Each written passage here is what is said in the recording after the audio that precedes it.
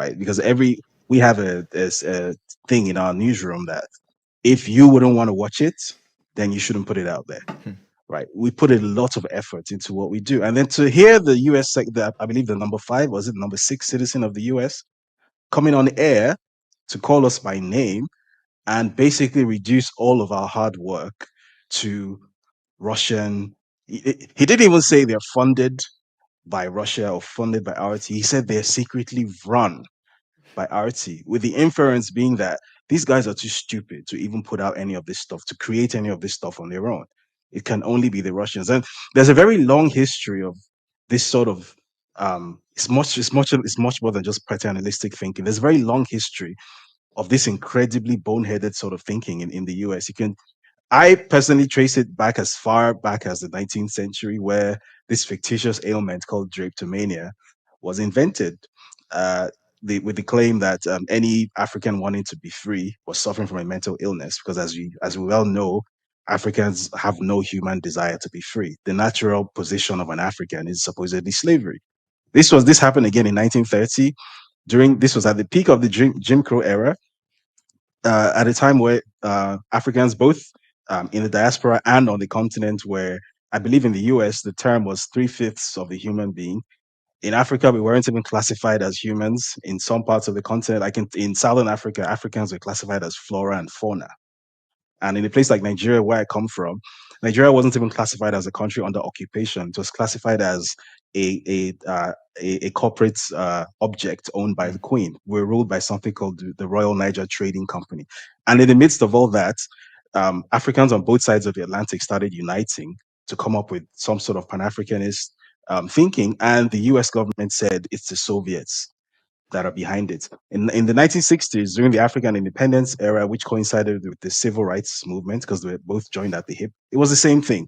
Martin Luther King is a Russian agent. Kwame Nkrumah is a Russian agent. Patrice Lumumba, Fred Hampton, you guys are all Russian agents. In 1985, the apartheid head of Prime Minister of South Africa claimed that blacks are happy in South Africa under apartheid, and the only blacks who aren't happy are those who have had Russian ideas pushed into their heads. So it's like we're in 2024, and this same thing is being rinsed again. That without the involvement of this Russian subversive funding or indoctrination, or whatever, these group of people, black people, are just too fundamentally stupid to have any positions, any ideologies, any voices, any thoughts of their own. They can only do something when there's the hand of Vladimir puppeting them. It's really incredible. It's so paternalistic and, like you said, racist. I also thought it was interesting in this New York Times article announcing after Anthony Blinken's speech that they would be putting these sanctions, these new sanctions on like basically RT, classifying it as Russian intelligence. And this speaks to the broader issue of just trying to muzzle any media that isn't U.S. controlled. I'm going to quote from the New York Times. They said, "The goal of the sanctions and diplomacy is to alert countries where RT remains a popular source of global news, including in many parts of Africa, the Middle East, and South America, to the potential for Russian influence campaigns against governments that fall out of the Kremlin's favor."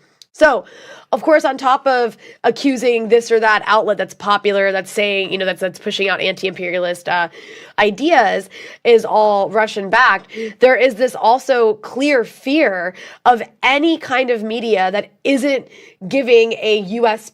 government perspective on things. And I'm just curious your thoughts on that, because as we see these geopolitical shifts around the world, you do see a lot of people in global South countries really changing their views of the U.S. based on the U.S.'s own behavior, not because Russia's telling them to. Yeah, absolutely. This is the classic behavior of a dying empire, if you like. When a star is in the process of turning into a supernova, is at its most dangerous, and is at its most irrational. That's what the U.S. is doing. We've seen this in so many ways, not just in Africa, but it seems like it's a recurring motif in pretty much everything the U.S. does with its foreign policy now, where in trying to accomplish one goal, which is to hobble the other guy, it ends up indirectly strengthening the other guy. So, for example, when it tried to, I believe the Secretary of Trade Janet Yellen said in her own words that the goal was to hobble China, to stop China from accessing the ability to manufacture a certain type of chips. Guess what? China simply went ahead and found a way.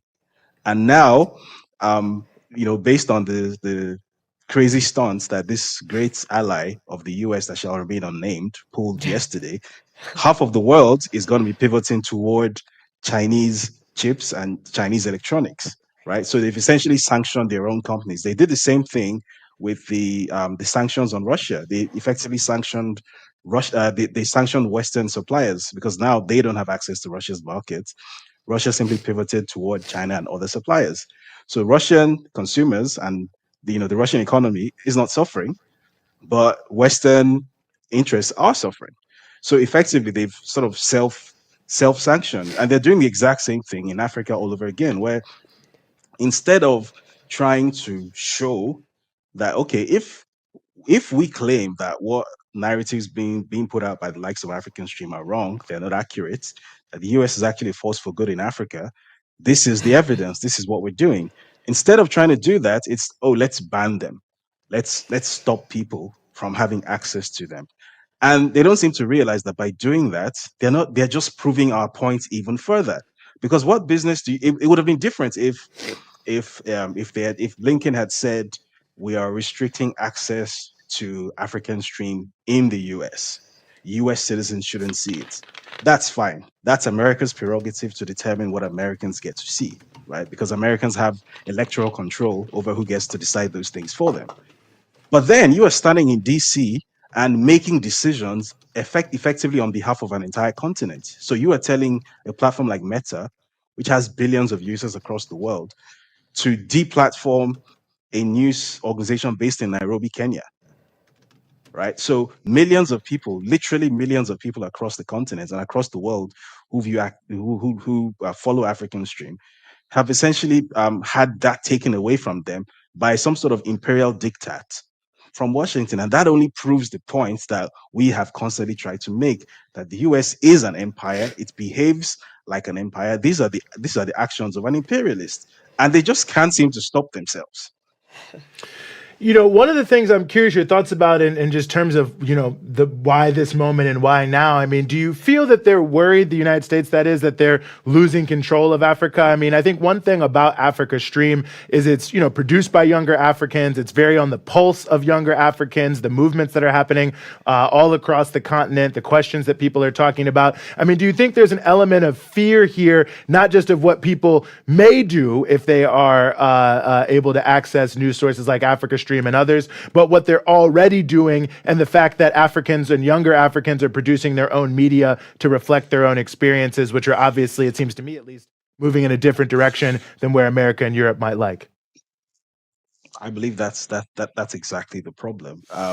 What they've been used to is being able to operate almost sort of unopposed in Africa, because for the longest time, the biggest problem Africa faced was there was a huge asymmetry in global information. So, as you may or may not know, the entire, pretty much something like 90 something percent of Africa's digital satellite television market, for example, is dominated by a single company.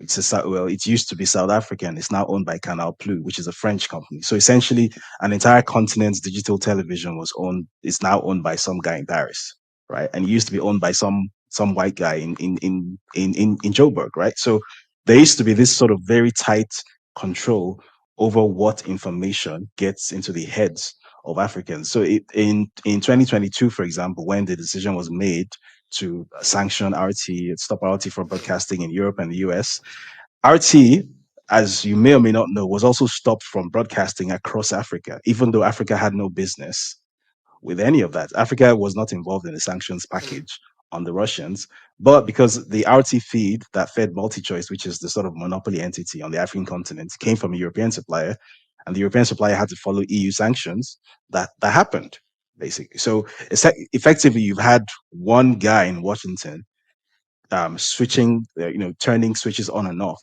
for 2 billion people or so, which absolutely should not be the case. But now, because of the rise of the internet and social media, and the use of social media by platforms like African Stream, which, as you know, even though it has a native website, it focuses almost exclusively on social media platforms, right?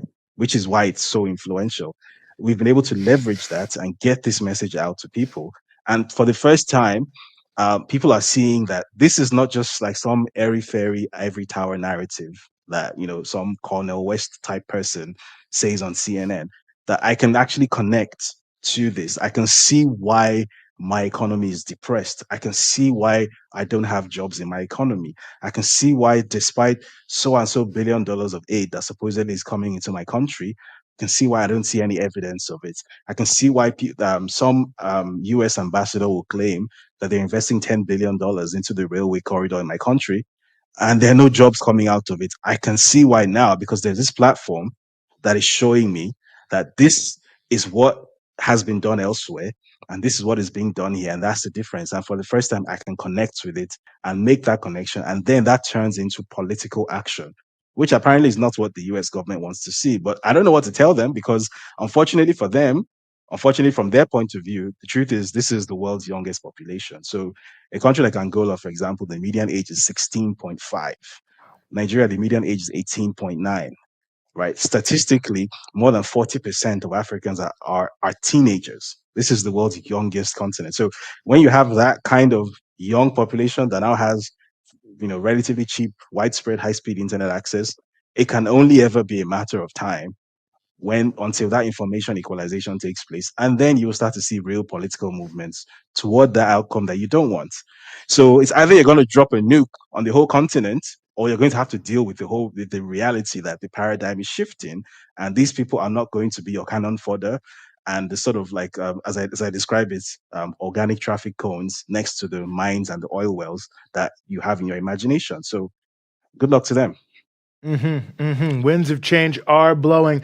Well, as always, we appreciate you joining us here on the show. David Hundane, thanks so much for giving us some of your time here on the Freedom Side.